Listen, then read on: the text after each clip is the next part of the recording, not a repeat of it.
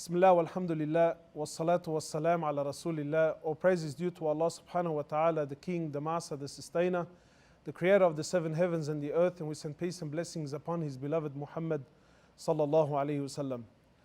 You know, my brothers and sisters, there isn't a place that I go or that I travel to except that I'll get some mother and some father that come up to me with a broken heart and worry and concern in their eyes, and they always advise me that, please brother, can you speak about children and speak about the rights of the parents, speak about the youth and how our youth are lost and our youth are going astray.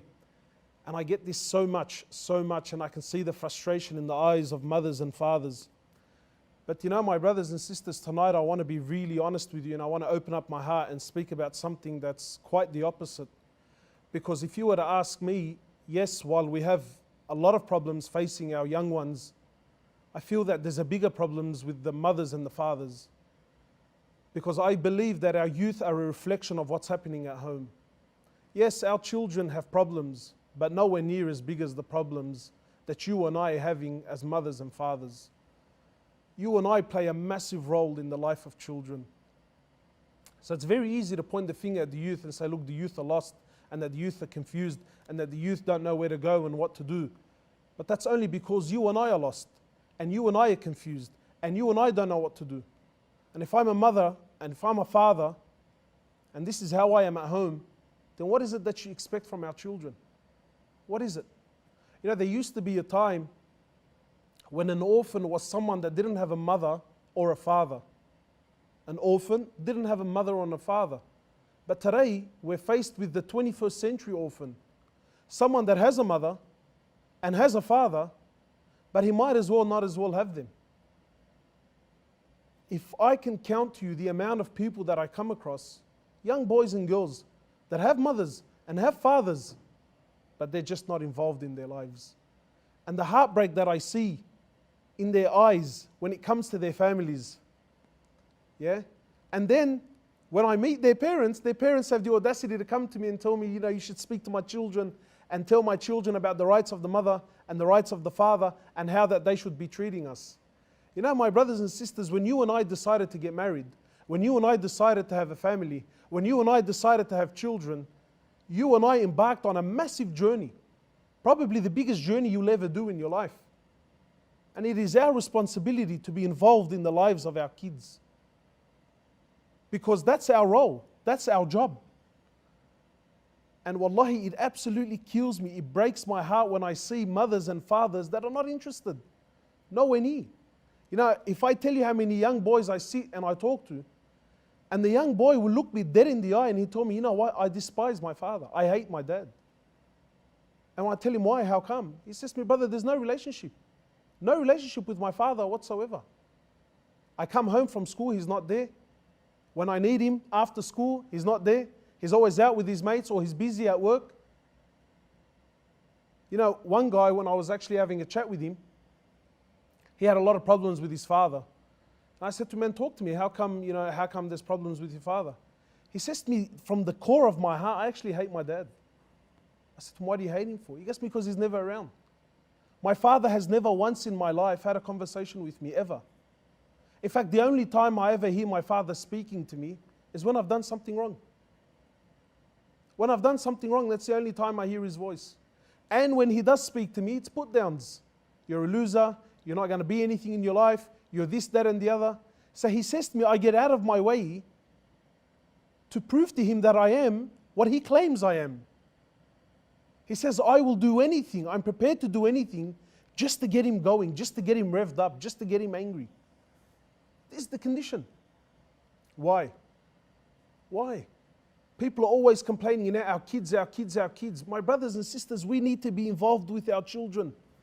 Wallahi, it's very easy to point the fingers and say, look at 1, 2, 3, 4. But if we're not prepared to point the fingers at ourselves and blame ourselves, where are you as a mother? Where are you as a father?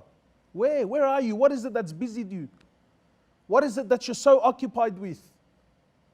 I heard a story from one of the Sheikh in South Africa. It's a true story. And the Sheikh was saying, one day a father came home from work and he's been working, for long hours. So he comes home, he's busy, he's stressed out, his business, he comes back home, he's doing his paperwork, he's crunching numbers. So his son, who's been looking forward to seeing his father all day, he comes over to his father and he's excited, his dad's finally home. So he comes up to his father and he wants to communicate with him. He wants to tell him about his day and how school was. And his father wasn't interested whatsoever. So when he came close, the father turns around and says, "What are you doing here? Can't you see I'm busy? Can't you see I've got things to do? Go inside to your room. Where's the iPad that I gave you?"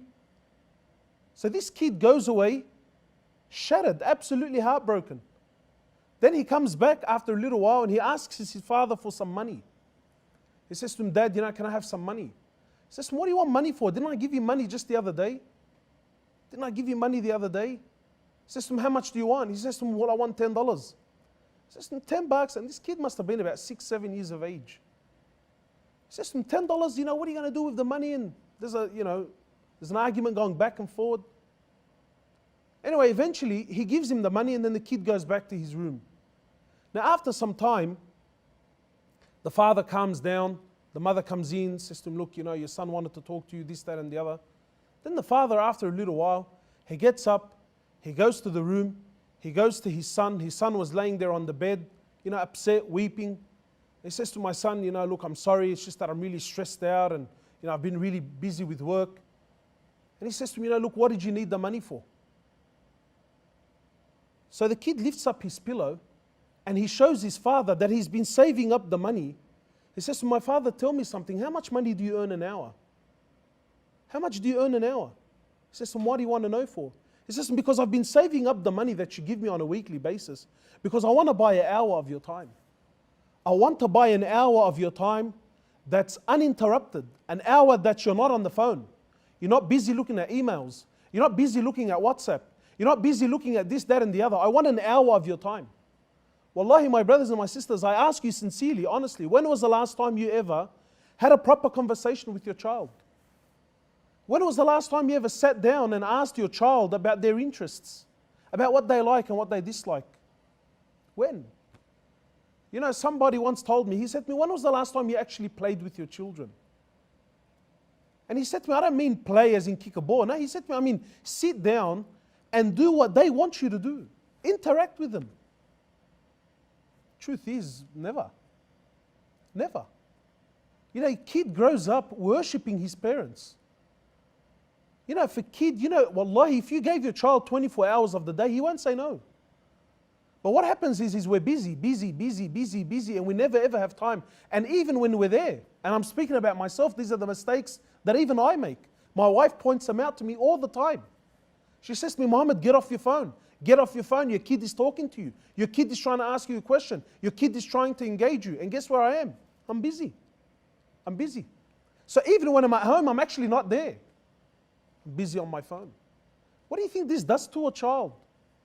Wallahi, you could be the greatest parent on earth. You can be the greatest parent on earth, ticking all the boxes.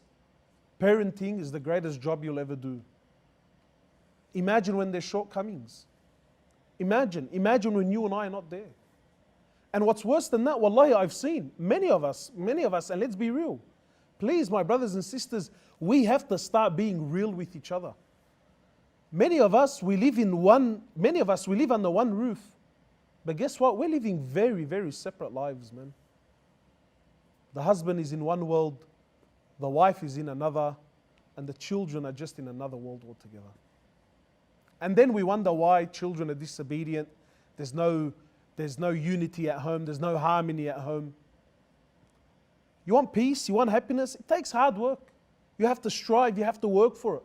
The Prophet of Allah, he says, "The best of you are those who are best to their families, and I'm the best to my family." The Prophet of Allah, the one who was truly the busiest man on earth. Wallahi, I find it interesting. You and I, we open up a little business that probably occupies 10, 15 hours of your day. And that's enough. That will be enough, right, to justify my bad relationship with the masjid, bad relationship with my prayer, with my Quran, with my wife, with my families, with my children, because of a little business. Imagine the Prophet of Allah. Imagine the man who was truly the busiest man on earth. The man that had to run the affairs of the whole ummah. The man that was, The one that sallallahu alayhi wasallam, this is the man that was, receiving revelation, dealing with the people, giving da'wah, right? Walking along the streets, sorting out the problems left, right and center. This person's getting married, this person's getting divorced, conflict over here, conflict over there. This was a man 24 hours around the clock. And yet he still had time for his wives. He still had time for the kids. He still had time for every single aspect. And that's our life. And I know some of you now are listening thinking, man, that sounds like a lot of work. Yeah, well, hello. It's called parenthood. Wallahi, my brothers, we all want our children to be the best. Trust me, your child will be exactly as you are. Look at yourself in the mirror. Look at your lifestyle. What you see is a very good indication of what your child is going to be. So ask yourself, where are your priorities, man?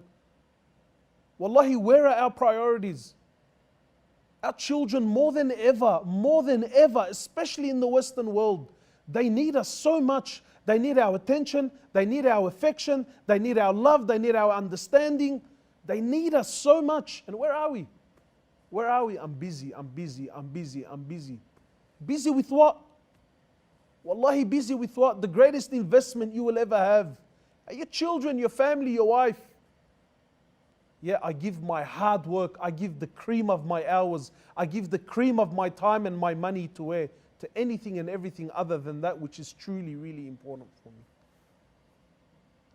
Wallahi, my brothers, we need to wake up.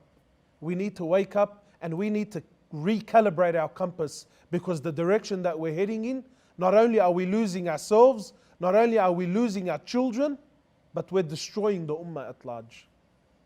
Our kids need us. Wallahi, our children need us so much. 21st century orphan. 21st century orphan. Someone that has a mother and has a father, but they're not there, man. They're not there.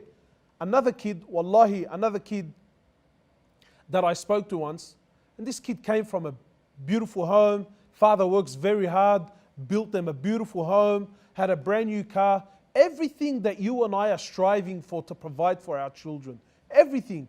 And yet the relationship between this young boy and his father, wow, it was like two enemies at home, And then when I asked him, I said to him, why the hatred? Why the hatred? Your father works so hard, he's provided you with everything. Why? He said to me, brother, I don't want the house. What good is the house? What good is the car? What good is the money and the brand new shoes? He said to me, brother, I don't want this. He said to me, I want a father. That's what I want. I want a father. I want someone that I can talk to. I want someone that I can hang out with. I want someone that I can share my interests with. I want someone that's eager to come home and talk to me just as I am eager to come home and talk to him. But he's never there. He's always busy. He's always busy, and then he tells me, well, I'm doing all this for you. And I'm telling him that I don't want the house, so stop working the overtime because I'm not interested. I actually want you. I want your time. I want your time. I need you. I need your effort. I need you to be involved in my life now. Where are we? What is it that's busying us? What is it? Wallahi, I know of fathers. Fathers here in the area, man, let's be real. Let's stop beating around the bush. I know brothers, he's 35, 40. He's got 3, 4 kids. And he's hanging out with his mates, and it's not haram. So don't shoot me now. Oh my God, he's saying it's haram to have fun and to hang out. No. But he hangs out with his mates every single night, bro. Every single night. I see brothers, and again, it's not haram. I'm not saying this is haram, But I see brothers hanging out at cafes and restaurants, and I don't mean like a one-off. We all do it, Everyone goes to dinner, and that's fine. But I see brothers hanging out at cafes every single day, and they're married. And I think, brother, you don't have a life? You don't have children to go attend to? You don't have a wife? You don't? You don't have anything better to do? What are we doing, bro? Hanging out with the boys. Fathers, wallahi, fathers that are 35, 40 years old. He's got children at home. Children at home. And he's hanging out with the boys, smoking pot, playing cards, playing PlayStation. Allah yakabrak a'al, playing PlayStation. And again, like if it was a one-off, I'm catching up with friends. Fine, bro, we all need it, we're all human beings. But every night religiously, until 2, 3 o'clock in the morning. And then the brother's got the nerve to come tell me, brother, we need to work on the children. We need to work on our youth. Our youth are lost. Are they really? What do you expect? Wallahi, our children are a reflection of us. They're a mirror image. We send our kids to amazing private Islamic schools. And that's fine.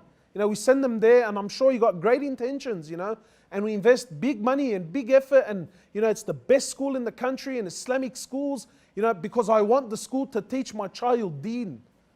You're kidding yourself. The deen that your child will learn is the deen that you're living. And I've seen it how many times. Parents who throw their children in Quran memorization schools. Yeah? And the kid memorizes the Quran, but guess what? No Quran in his life whatsoever. You know why? Because your child, sometimes we underestimate just how witty and how smart our children are. Your child's not a fool. He sees what you throw me in Quran school while you're indulging in work and in dunya and in lifestyle and in this, that and the other, right? And really most of us, and I know I'm generalizing, most of us, we throw our kids in Quran school, not because deep down I love the Quran and I want the Quran, because you yourself would be joining him. No. I throw my kids in these, memorization schools, generally, right? So that I can boast in front of my friends that, yeah, look, I may not be the most religious guy, but hey, look at my son, mashallah. Big round of applause for my son. He's a hafid. Ooh, mashallah, mashallah. My son's a hafid. But then you, how much Quran do you know? How much Quran have you memorized? What, you think your kid doesn't see this? Do you? Do you think your kid doesn't see this? What is it? Our young girls, our daughters. How much our daughters, wallahi, I speak to brothers, alhamdulillah, my daughter has a good relationship with her mum. I say, yeah, that's good. But what about with you, brother? Does she have a good relationship with you? And most brothers, they give me this stare, like a deer in headlights, But what about you? What about your relationship with your daughter? When was the last time you showed your daughter affection? When was the last time you showed her love? When? When was the last time you actually sat down and had a decent conversation with her? When was the last time you sat down and you reassured your daughter? When? When was it? The wife. Habibi, how much can your wife possibly handle? How much? Wallahi, Wallahi, it's so sad. Wallahi, it's so sad. We're messed up, man. We're messed up. Wallahi, our priorities are all over the place, man. And then when things go south, we start pointing the fingers at anyone and everyone, blaming anyone and everyone except who? Except me, bro. Except me. Except me. My kids. This is my life. This is my true investment. These are the ones who, but you will only get out that which you put in. 21st century orphan. 21st century orphan. Widows. The 21st century widow. You know who the 21st century widow is? Yeah, she's married. Yeah, she has a man who's supposed to be her husband. Yeah, but she might as well, he might as well be dead. Wallahi, actually, some women would actually be better off if their husbands were actually dead. Tied down. The 21st century widow. Why? We're so busy, bro. We're so busy. We're occupied, consumed with all the wrong things. My family. That's the family, bro. The family is the core. The family is the core of the civilization. It's the core of the community. Your family. How are things at home? Is there love? Is there mahabbah? Is there unity? Is there understanding? I'm busy. In fact, many of us, we come home and we can't wait to run away. I can't wait to get out of there. Look, I'm not saying it's easy. Wallahi, it's not easy. Being a father and a wife and a husband and all of it, wallahi, it's not easy. But we have to at least try, man. We have to at least try. Wallahi, if we really care, bro. If we really care. I get people who come up to me and tell me, my husband doesn't show my children affection. Sometimes, I'll be out with my kids and I'll hug my child and I'll kiss my child and people look at me strange. And wallahi, subhanAllah, there's actually a hadith of the Prophet of Allah, sallallahu alayhi wasallam, when he was kissing his grandson. He was kissing his grandson, Al-Hasan al-Hussein, he was kissing one of them. So an Arab came to him, and he says to my Prophet of Allah, you kiss your children? He says, yes, of course I do. He says, by Allah, I have 10 kids. I have 10 kids. I've never kissed any of them once. What did the Prophet of Allah say to him? He says to him, what can I do? What can I do? What can I say if Allah has snatched mercy from your heart? Allah, it's amazing, Amazing. Your wife, the one that's most deserving of your affection and your love and your jokes and your comments. I see brothers, because I'm a tradie, right? So I'm a tradesperson. So I see brothers, out there in work, when a customer calls him and it's a female, Allahu Akbar, the adab and the akhlaq and the smiles. Hi Joanne, how you doing? Great, lovely to hear. Yeah, that's fine. Yeah, don't worry about it. Amazing. I think, wow, this guy, man, his wife must be in cloud 9. Yeah. And then as soon as he gets up, as soon as he gets off the phone and then his wife calls, you see the change of look on his face. You see the ghadab. You see the misery in his eyes. Yeah, what do you want? Yeah, what do you want? The aggression, It's no longer speaking, it's almost like barking, Roof. Whoa. What happened? It's the wife. So Joanne, right? Joanne gets your, mashallah, she gets your love and your hikmah and your wisdom and your... But the one that's more deserving of it, what does she get? What does she get? She gets nothing, Nothing. And then we worry. And then we complain and we argue. Priorities, my brothers, wallahi. Priorities, my brothers and my sisters. Stop blaming the youth. Stop complaining about the children. Because wallahi, if we better ourselves, if we start fixing ourselves, if we start getting involved, if we start paying attention and listening and helping one another, and you'll see a great change in our children. We ask Allah subhanahu wa ta'ala to bless our kids and to bless us. Subhanakallahumma wa bihamdik. Ashhadu an la ilaha illa anta astaghfiruka wa atubu ilayk.